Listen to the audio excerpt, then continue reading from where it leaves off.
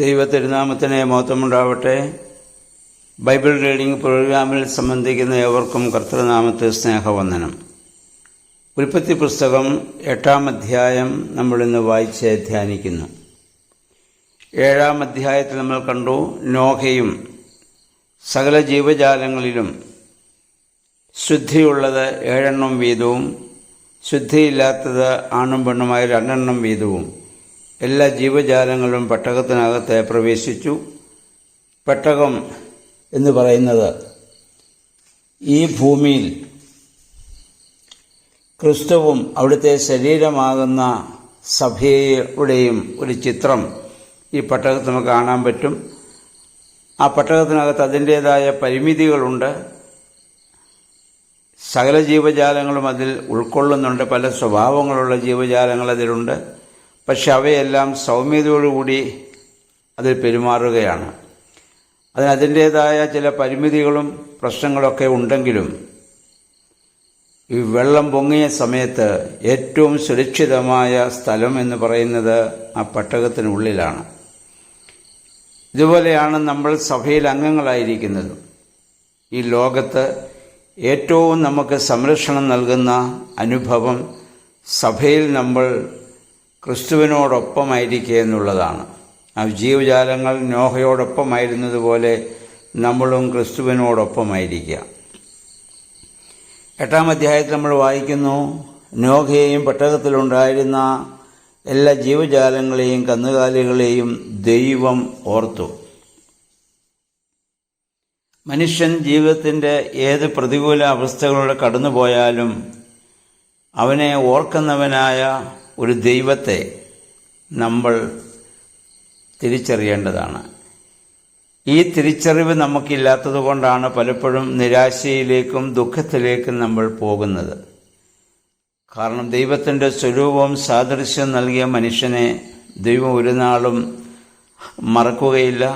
അവൻ്റെ പാപത്തിൻ്റെ ഫലമായി പല പ്രതികൂലതകളിലൂടെ ഒക്കെ അവന് പോകേണ്ടി വന്നേക്കാം.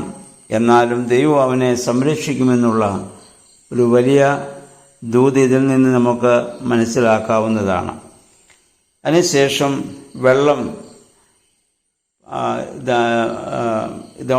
ഇത് മഴ നിൽക്കുന്നു. വെള്ളം കുറേശ്ശെയായിട്ട് ഇത് കുറഞ്ഞു വരികയാണ്. ഏകദേശം 10 മാസത്തോളം ഈ വെള്ളം വളരെ പതുക്കെയാണല്ലോ വെള്ളം ഇത് താഴുന്നത്. താഴ്ന്നതിന് ശേഷം അത് അരാരാത്ത് പർവ്വതത്തിൽ ഉറച്ചു എന്ന് നമ്മൾ വായിക്കുന്നു. ആധുനിക അർമീനിയ എന്നറിയപ്പെടുന്ന അസൂരിലെ ഉറാർത്ത് ദേശമാണ് ഇത് ഈ പറയുന്ന അരാരാത്ത് എന്ന് പറയുന്ന സ്ഥലം. അതായത് അർമീനിയയിലെ പർവ്വത നിരകൾ അതിൻ്റെ ദക്ഷിണ പ്രദേശത്തെ മലകളെക്കാളും പൊക്കമുള്ളതായതുകൊണ്ട് വെള്ളം താഴുമ്പോൾ ആദ്യം ഉയർന്നു വന്നത് ഈ പർവ്വതങ്ങളായിരിക്കാം. ഇപ്പോഴത്തെ അരാരാത്ത് പർവ്വതത്തിന് 16,969 അടി പൊക്കമുണ്ടെന്നാണ് ചരിത്രങ്ങളിൽ നമ്മൾ കാണുന്നത്. ഇത് ടർക്കി, ഇറാൻ, സോവിയറ്റ് റഷ്യ എന്നിവയുടെ അതിർത്തി പ്രദേശമാണ്. എന്നാൽ മുഹമ്മദീയരും സിറിയക്കാരും ഈ പാരമ്പര്യത്തെ ചോദ്യം ചെയ്യുന്നുണ്ട്. അവർ പറയുന്ന മെസൊപ്പൊത്തേമിയ സമതലം മുഴുവനും വീക്ഷിക്കാവുന്ന ജൂഡി പർവ്വതമാണ് ഇതെന്ന് പറയുന്നുണ്ട്. എന്തായിരുന്നാലും അത് ഈ പർവ്വതത്തിൽ വന്ന് ഉറച്ചു. ഇനിയും ഇത് വെള്ളം സാവകാശം താണുകൊണ്ടിരിക്കുകയാണ്. അതിനുശേഷം ഈ പർവ്വതം ഈ കപ്പൽ ഈ പേടകം അരാരാത്ത് പർവ്വതത്തിൽ ഉറച്ച ശേഷം 40 ദിവസം കഴിഞ്ഞ് നോഹ പെട്ടകത്തിൻ്റെ കിളിവാതിൽ തുറന്നു എന്ന് നമ്മൾ കാണുന്നു. അപ്പോഴേക്കും മഴ നിന്നു. ഭൂമിയുടെ ഉള്ളിൽ നിന്നുള്ളതായ ഉറവകൾ നിന്നു. ഇനി സാവകാശം വെള്ളം ഇത് അങ്ങനെ താണുകൊണ്ടിരിക്കുന്നു. ഇനി 40 ദിവസം കഴിഞ്ഞപ്പോഴാണ് 40 എന്ന സംഖ്യ ഞാൻ നേരത്തെ കഴിഞ്ഞ പ്രാവശ്യം നമ്മൾ ചിന്തിച്ചല്ലോ. 40 എന്നുള്ളതും 7 എന്നുള്ളതും പൂർണ്ണതയുടെ സംഖ്യ കുറിക്കുന്നതാണ്. അങ്ങനെ പേടകത്തിൻ്റെ മൂടി അദ്ദേഹം ഇത് തുറന്നതിന് ശേഷം കിളിവാതിൽ തുറന്നിട്ട് വെള്ളം താണോ ഇല്ലയോ എന്നറിയാൻ ഒരു മലങ്കാക്കയെ ആദ്യം വിടുന്നു. ഇപ്പോൾ വായിക്കുന്നത് മലങ്കാക്ക പോയും വന്നും നിന്നു എന്നാണ്. മലങ്കാക്ക അശുദ്ധിയുള്ള ഒരു പക്ഷിയാണ്. അത് ചെന്നപ്പോൾ ഒരുപക്ഷെ ജീർണിച്ച വസ്തുക്കൾ, മൃതശരീരങ്ങളൊക്കെ കണ്ട് അതിലാസ്വദിച്ച് ഭക്ഷിച്ച് അവയങ്ങനെ നിൽക്കുകയാണ്. വെള്ളം താണോ ഇല്ലയോ എന്നൊരു അടയാളം കൊണ്ട് കൊടുക്കുന്നതിന് വേണ്ടിയാണ് നോഹ ഈ മലങ്കാക്കയെ വിട്ടതെങ്കിലും മലങ്കാക്കയെ കൊണ്ടൊരു അടയാളം നോഹയ്ക്കൊരിക്കലും ഇവിടെ ലഭിക്കുന്നില്ല. അത് പോയി ഈ ജീർണതയിൽ കാല് വെച്ചുകൊണ്ടിരിക്കും. അത് കഴിയുമ്പോൾ ഓർക്കും നോഹ പെട്ടകത്തിൽ നിന്ന് വിട്ടതാണല്ലോ, അവിടെ വന്ന് നോഹയെ മുഖം കാണിക്കും, വീണ്ടും അതങ്ങ് തിരിച്ചു പോകും. ഒരിക്കലും അത് പെട്ടകത്തിലേക്ക് തിരിച്ചു വരുവാൻ മലങ്കാക്ക ആഗ്രഹിക്കുന്നില്ല. അശുദ്ധിയുടെ ഒരു പക്ഷിയാണ് ആ മലങ്കാക്ക. അപ്പോൾ നോഹയ്ക്ക് മനസ്സിലായി, മലങ്കാക്കയെ കൊണ്ട് അടയാളം കിട്ടാതെ വന്നപ്പോൾ നോഹ രണ്ടാമത് വിട്ടൊരു പ്രാവിനെയാണ്. ഇവിടെ വായിക്കുന്നു, പ്രാവ് പോയിട്ട് കാലു വയ്ക്കാൻ ഇടമില്ലാഞ്ഞ് അത് തിരിച്ച് നോഹയുടെ കരങ്ങളിലേക്ക് വന്നു എന്നാണ്. മലങ്കാക്ക പോയ അതേ ആ പാതയിലൂടെ തന്നെ ആവണമല്ലോ പ്രാവും പോയത്. മലങ്കാക്ക കണ്ടതെല്ലാം പ്രാവും കണ്ടിട്ടുണ്ടാവും. പക്ഷേ പ്രാവ് വിശുദ്ധിയുടെ പക്ഷിയാണ്. അതിന് അശുദ്ധമായതിൽ കാലുവയ്ക്കാനാവില്ല. അതുകൊണ്ട് ഈ പ്രാവ് മടങ്ങി വന്ന് നോഹയുടെ കയ്യിൽ വന്ന് നിൽക്കുകയാണ്. അതിനുശേഷം വീണ്ടും 7 ദിവസം കഴിഞ്ഞ് ഒരു പ്രാവിനെ കൂടി വീണ്ടും നോഹ പുറത്തേക്ക് വിടുന്നു. അത് ഒരു പച്ചിലയുമായി ഒലിവിലയുമായി നോഹയുടെ അടുത്ത് വന്നു. അപ്പോൾ നോഹയ്ക്ക് മനസ്സിലാകുന്നു വെള്ളം താഴാൻ ആരംഭിച്ചിട്ടുണ്ട്. അതുകൊണ്ടാണല്ലോ പച്ചില കാണാൻ സാധിച്ചത്.